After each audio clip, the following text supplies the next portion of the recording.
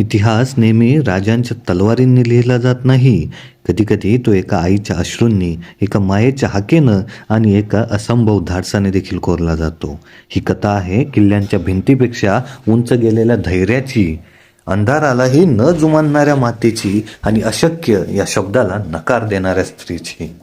ही कथा आहे ना राणीची ना योद्ध्याची, ही कथा आहे हिरकणीची, मुलासाठी मरणालाही मागे टाकणाऱ्या एका आईची.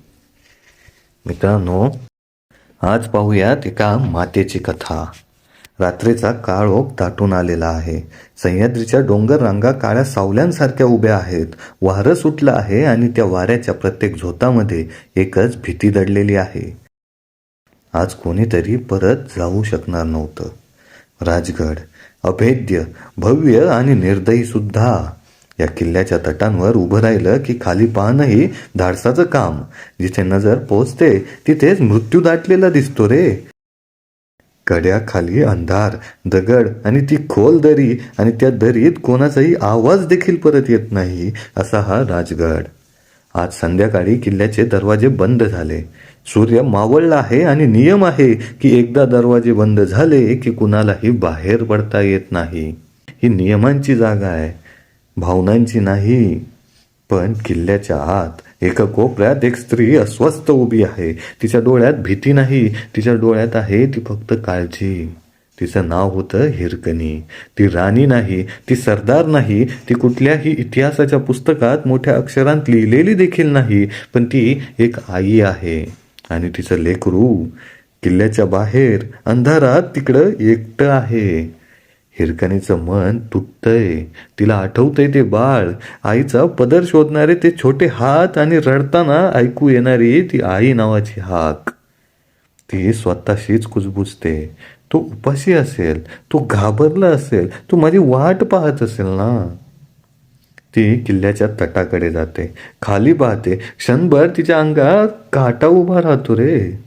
हे अशक्य आहे, हे कुणीच केलं नाही, हे कुणालाही जमलं नाही. पण त्या क्षणी तिच्या मनात एकच विचार येतो, जर मी नाही गेले तर तो जिवंत राहणार नाही. आणि मग मनाचा निर्णय होतो.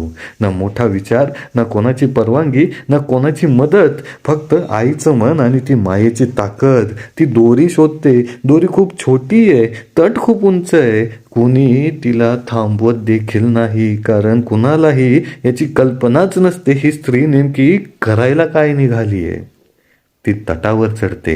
वाऱ्याचा झोत अंगावर आदळतो. खाली दरी आहे, वरती आकाश आहे.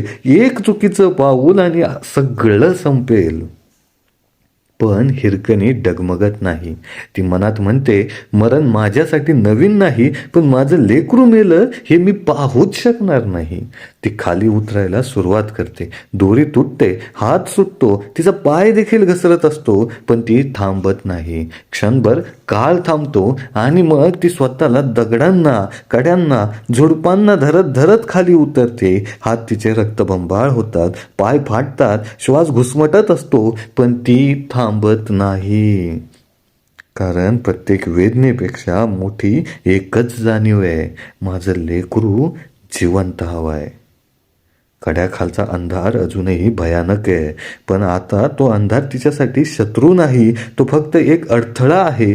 आणि आई अडथळ्यांना विचारत नाही, ती त्यांना ओलांडत असते. शेवटी ती जमिनीवर पोहोचते. तिचं अंग थरथरत असतं, श्वास तुटक तुटक चालू असतो. पण तिचे डोळे मात्र एकच शोध घेतात. आणि मग त्या अंधारात एक छोटा आवाज ऐकू येतो, आई, आई नावाचा. हिरकणी धावत जाते, बाळाला उचलते आणि छातीशी घट्ट बेलगून धरते. त्या क्षणी राजगड देखील लहान होऊन जातो. सगळे कडे मागे पडतात, अंधार देखील हरतो आणि फक्त आई आणि तिचं मूल आणि तिची ममत्वाची भावना जिंकते.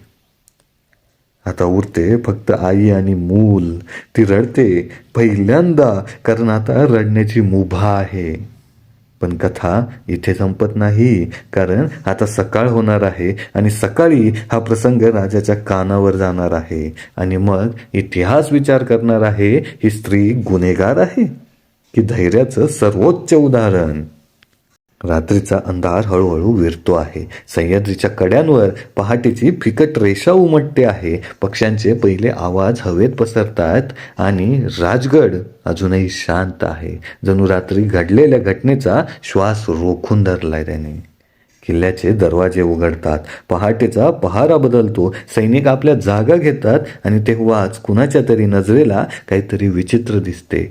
तटाखाली कड्यांच्या पायथ्याशी एक स्त्री बसलेली आहे. तिच्या मांडीवर एक बाळ आहे. तिचे कपडे फाटलेले आहेत. हातपाय रक्ताने माखलेले आहेत. तिचे केस विस्कटलेले आहेत. पण तिच्या डोळ्यात मात्र एक विलक्षण समाधान आणि शांतता आहे. तो आवाज वर पोहोचतो. कोणीतरी तट उतरलंय जिवंतपणे. सगळे सैनिक धाव घेतात. बातमी आत पोहोचते. किल्ल्याच्या आत हालचाली सुरू होतात. कुणाला विश्वासच बसत नाही, कारण जे अशक्य मानलं जात होतं ते आज घडलेलं आहे. हिरकणी उभी राहते. पाय थरथरत असतात. शरीर वेदनेने ओरडतं, पण ती मुलाला घट्ट धरून उभी आहे. जणू तिच्या हातात जग आहे. ती किल्ल्याच्या दिशेने पाहते. तेथे नियम आहेत, शिस्त आहे, कठोर न्याय आहे, पण तिच्या मनात प्रश्न नाही. तिच्यासाठी रात्रीच सगळे प्रश्न संपले होते जेव्हा ती गड उतरली होती. तिला किल्ल्यात नेलं जातं. वाटेत लोक थांबतात. काहींच्या डोळ्यात आश्चर्य, काहींच्या डोळ्यात भीती, काहींच्या डोळ्यात आदर, तर कोणतरी कुचपुसतं, आई असेल तर अशी असावी. कोणीतरी म्हणतं तिने नियम मोडलेत आणि कुणीच ठरवू शकत नाही की ही स्त्री दोषी आहे की देवदूत. दरबारात बातमी पोहोचते. राजा शांतपणे ऐकतो. चेहऱ्यावर भाव नाहीत की काहीच नाही, पण डोळ्यात मात्र विचारांची गर्दी असते. किल्ल्याचे नियम त्याला माहीत आहेत. शिस्त मोडली तर उदाहरण ठेवावं लागतं, पण हा प्रसंगच मायेचा, हा नियमांच्या चौकटीतच बसत नाही. हिरकणीला समोर आणलं जातं. ती खाली मान घालून उभी आहे. भीती नाही की फक्त काहीच नाही, तिला आहे तो फक्त थकवा आणि मुलाच्या श्वासाची जाणीव. तो चालू आहे एवढंच तिच्यासाठी पुरेसं होतं. राजा विचारतो, रात्री दरवाजे बंद असताना तू कड्यावरून उतरलीस? हिरकणी शांतपणे उत्तर देते, हो राजे, कड्यावरूनच उतरले. माहीत होतं ना तुला की हा गुन्हा आहे? ती क्षणभर थांबते, मग म्हणते, हो माहीत होतं. दरबारात कुजबूज होते. काहींच्या मते हिला शिक्षा झाली पाहिजे.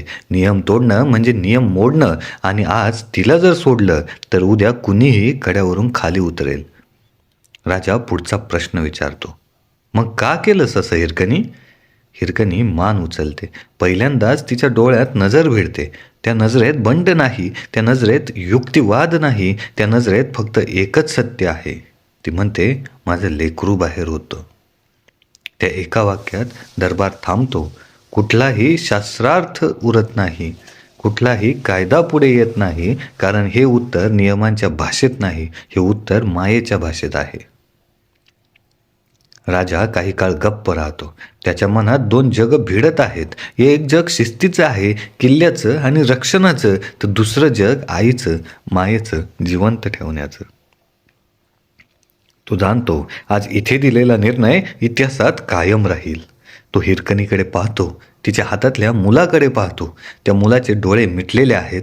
तो सुरक्षित आहे, जिवंत आहे, आणि त्या क्षणी राजाच्या मनात स्पष्टता येते. तो म्हणतो, तू नियम मोडलेस, पण तू जे केलंस तो गुन्हा नाही. अख्खा दरबार शांत होतो. काहींना दिलासा मिळतो तर काहींना आश्चर्य वाटतं. राजा पुढे म्हणतो, ज्या किल्ल्याच्या भिंती आईच्या मायेपेक्षा मोठ्या असतील तो किल्ला टिकणारच नाही. त्या वाक्याने राजगड उंचावतो, दगडांनी नाही तर खऱ्या मूल्यांनी. हिरकणीच्या डोळ्यात अश्रू येतात, पण ते वेदनेचे नाहीत, ते मोकळेपणाचे आहेत. तिला शिक्षा नको होती, तिला सन्मानही नको होता, तिला फक्त तिचं लेकरू हवं होतं, आणि ते तिच्या हातात उभं आहे.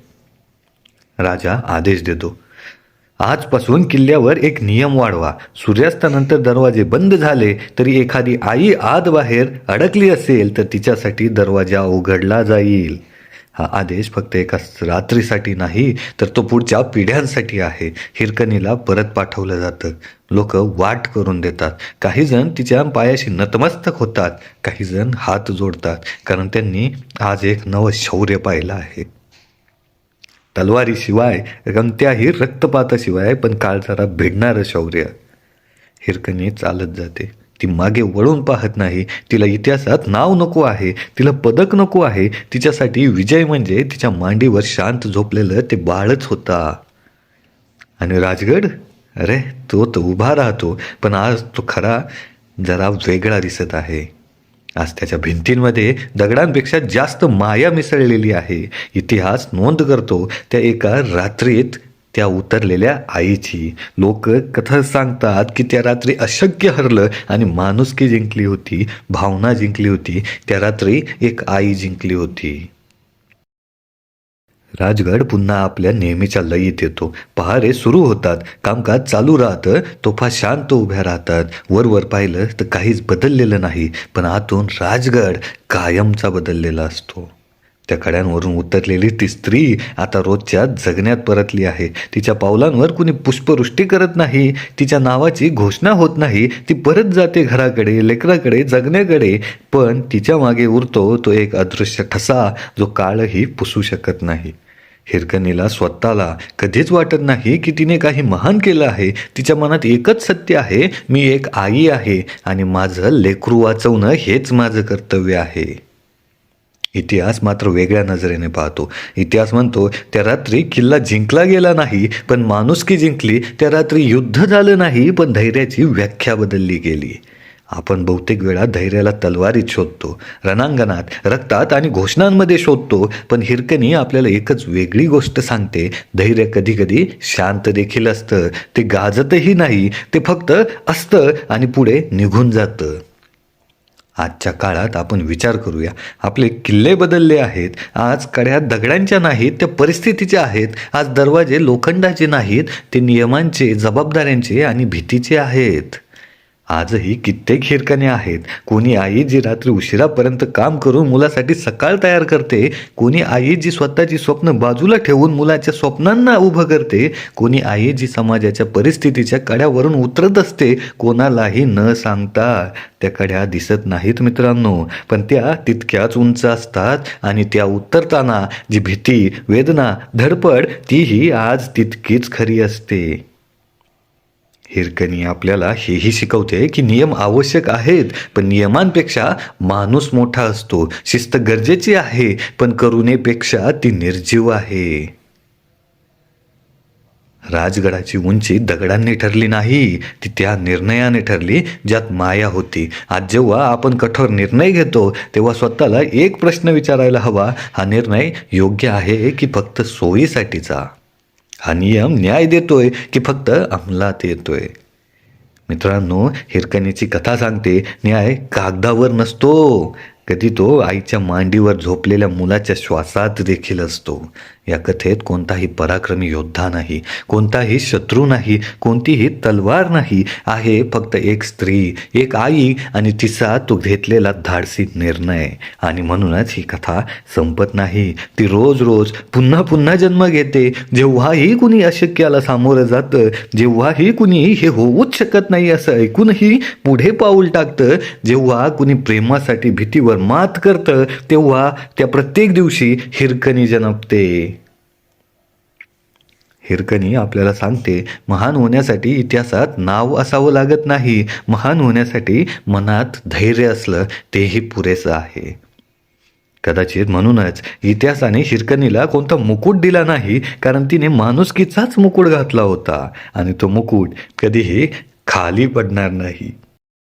मित्रांनो, इतिहास राजांची नावे लक्षात ठेवतो, पण काळजाला आठवतात अशा कथा ज्या माणूस म्हणून आपल्याला थोडंसं उंच करू पाहतात. हिरकणी, आईपणाची उंची किती असते हे दाखवणारी कथा. आणि या ठिकाणी मी थांबतो. तिने तलवार उचलली नाही, पण इतिहास हलवला. तिने घोषणा केली नाही, पण पिढ्यांना बोध दिला. हिरकणी आपल्याला सांगते, महान होण्यासाठी सिंहासन नको, फक्त माणूस म्हणून उभं राहण्याचं धैर्य ठेवा. कारण राजे किल्ले जिंकतात, पण आई माणुसकीने अख्खं जग जिंकते. मित्रांनो, तुम्हाला जर ही हिरकणीची कथा आवडली असेल तर नक्की माझ्यापर्यंत अभिप्राय पोचवा आणि ही कथा शेअर करा. अशाच अनेक कथांसाठी, राजांच्या सगळ्या इतिहासासाठी आपला चॅनल सबस्क्राईब करा. आणि पुन्हा भेटूयात आणखी एका नवीन कथेसोबत.